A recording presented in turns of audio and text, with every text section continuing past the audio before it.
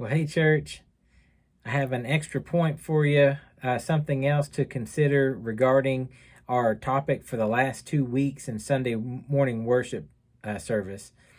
We've been talking the last 2 weeks about how to make decisions, ways to make decisions that honor God and that show God and show others and prove to ourselves that we're true followers of the Lord.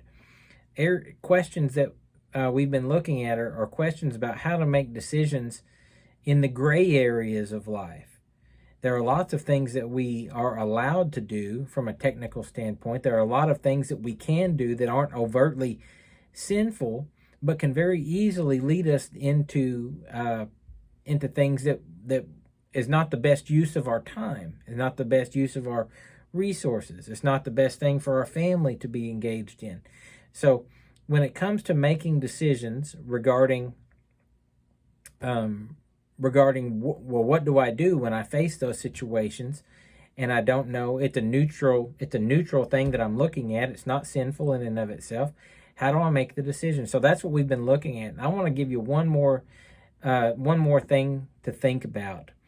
And that thing being let's add in, and I've talked about it a little bit, skirted around it, but let's add in just the concept of time, okay? Ecclesiastes chapter 3, beginning in verse 1 says, there is an appointed time for everything. How Solomon starts that off. Then skip down to verse 2, the first line there. A time to give birth, and a time to die. So Solomon starts off by telling us, hey, there's a time that we're born, and there's a day that we'll die. Now, what's the trouble with that for us? Well, the trouble with that, and I say trouble because it's troubling to us a lot of the time when we think about it, but we don't know when we're going to be born. We didn't choose to be born. We were born. We were not born of a decision that we made. And we also, we don't know, as we don't know the day that we're born, we also don't know what our last day is going to be either. So that puts us in some kind of a dilemma of what do I do with the time in between? Let me share a piece of a story that Jesus told from Luke chapter 12. In Luke chapter 12, beginning in verse 16, a parable that Jesus told. And this is what Jesus said, starting in verse 16 of Luke 12. And he told them a parable saying, the land of a rich man was very productive. And he began reasoning to himself, saying, what shall I do since I have no place to store my crops? Good problem to have. Then he said, this is what I will do.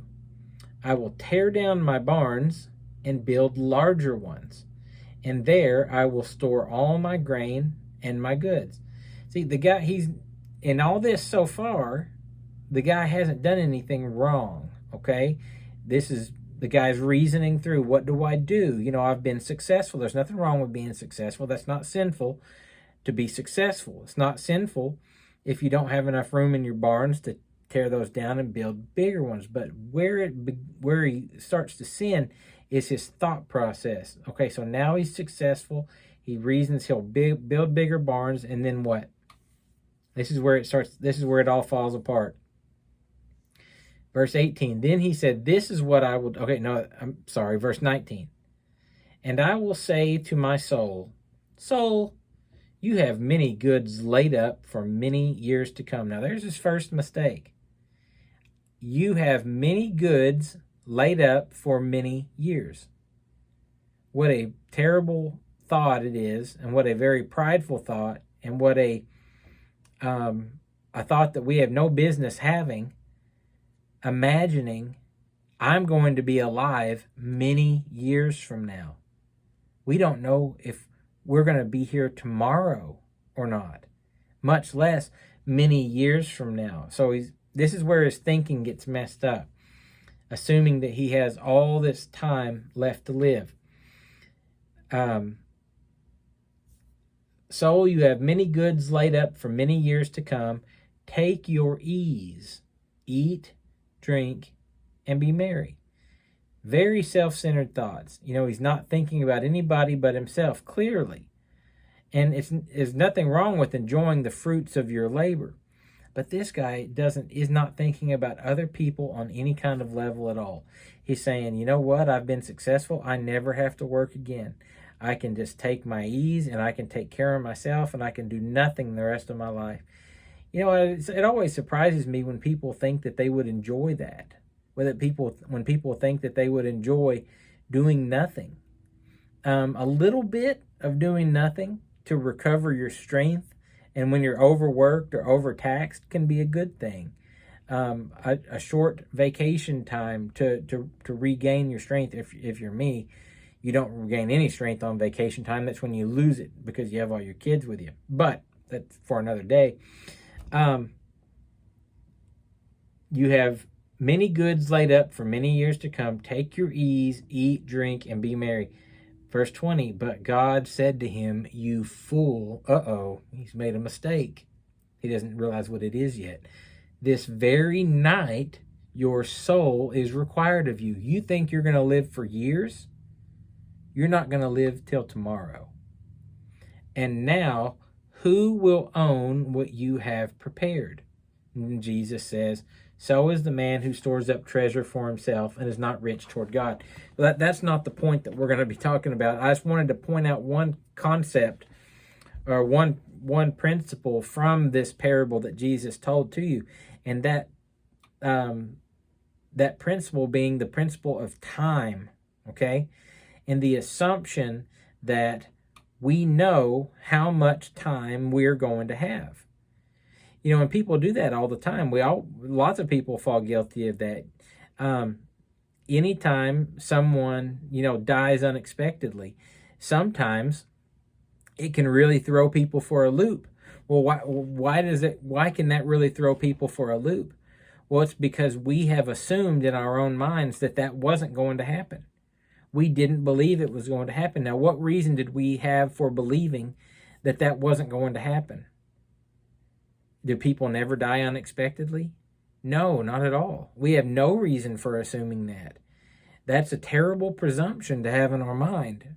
We should live our lives in anticipation of, and we can't go around being scared all the time of when our last day is going to be, but the truth of the matter is we have no idea how long we have. So since we don't know how long we have, that should factor in our decision making and how we make decisions. One of the most terrible things a person can do is a person that says, I will follow Christ someday. They're assuming that they're going to have a someday that they're able to make that decision to follow Christ. And as I've seen more often than not, for people that think that way, someday never comes. And that's a great tragic thing. But as a Christian, say we already belong to Christ, we need to make our decisions with the understanding that we don't know how much time we have left. And that really plays into the way that we give, the way that we give of our time, the way that we give of our resources, the things we choose to do with our family. Not because we will think the same things. Well, I want to do this with my family. I've got plenty of time. I'll do it someday. You don't know that. You have no idea. This is something I really need to teach my children. Well, I will get to that. I'll teach them someday. Someday doesn't come. So when you're making your decisions, don't forget to consider that very crucial element of time. Understanding that we don't know how much time we have, so don't make decisions as if you know how much time you have left to live on this earth. I hope this has been helpful to you. I hope this has been something else that can be beneficial to you so that you can grow more in your faith as I try to grow more in mine, so that the things I say and the things you say, the things I do and the things you do will more and more every day bring more and more glory and praise to our Lord and our God. Praise be to Jesus for saving us and for helping us on this path. Until next time, church, love God and love others. I'm Wes LaFleur signing off.